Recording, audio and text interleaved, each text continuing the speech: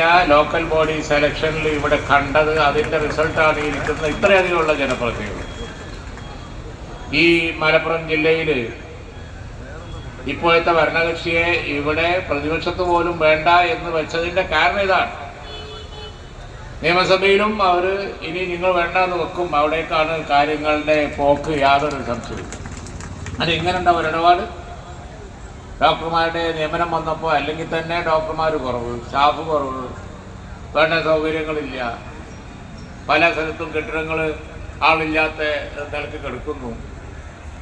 ആ ഒരു സമയത്താണ് പുതിയ ഡോക്ടർ നിയമനം, ഇലക്ഷൻ കഴിഞ്ഞ ശേഷം ഡോക്ടർ നിയമനം വന്നപ്പോൾ ഈ 4 ആളും 40 ആളും. അപ്പം അത് വളരെ അസഹനീയമായിപ്പോയി, വളരെ ഗ്ലാരിങ് ആയിപ്പോയി. അതുപോലെ തന്നെയാണ് ബാക്കി എല്ലാ കാര്യങ്ങളും.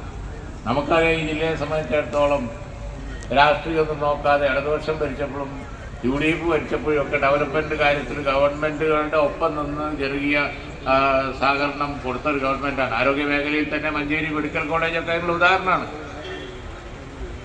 ആ സമീപനം എടുത്തു പോകുന്ന ഒരു സർക്കാർ, ഒരു സ്റ്റേറ്റിൽ ഒരു സർക്കാർ ചെയ്തുകൊണ്ടിരിക്കുന്ന ക്ഷമിക്കാൻ കഴിയാത്ത ഒരു കാര്യമാണ്. കാരണം അതിനെതിരായിട്ടാണ് ഇവിടെ ഈ ധർണ നടത്തുന്നത്. ഇത് കേവലം ഒരു ധർണ സമരപരിപാടി മാത്രമല്ല, അസംബ്ലി 20 തീയതി തുടങ്ങാൻ പോവാണ്.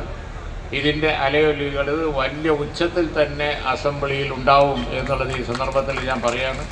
അതുപോലെ തന്നെ പറഞ്ഞാൽ നേരാവില്ലെങ്കിൽ യാതൊരു സംശയം വേണ്ട, അടുത്ത തെരഞ്ഞെടുപ്പിൽ ജനങ്ങളത് തിരുത്തുകയും ചെയ്യും, യാതൊരു. പക്ഷേ ഈ സമയത്ത് ഭരിക്കുന്നത് ഇടതുപക്ഷ ഗവൺമെൻറ്റാണ്, LDF ഗവൺമെൻറ്റാണ്. അവർ ന്യായം ചെയ്യണം എന്നാണ് ഞങ്ങൾ ആവശ്യം. ഉടൻ ഇത് തിരുത്തണം. ഇത് തിരുത്തി ആരോഗ്യ മേഖലയിൽ മലപ്പുറം ജില്ലക്ക് അറിയിക്കുന്നതായ പരിഗണന കൊടുക്കണം എന്ന ആവശ്യം ഞങ്ങൾ ശക്തിയായി ഇവിടെ ഉന്നയിക്കുകയാണ്. കേന്ദ്രം കേരളത്തെ അവഗണിക്കുന്നു എന്ന് പറയുന്നത്, എന്നിട്ട് മുഖ്യമന്ത്രിയുടെ നേതൃത്വത്തിലാണ് സമരം, ജില്ലകൾ തോറും സമരമാണ്. ആ സമരം നടത്താൻ നിങ്ങൾക്ക് ഒരു ന്യായവും ഇല്ലാതാവും.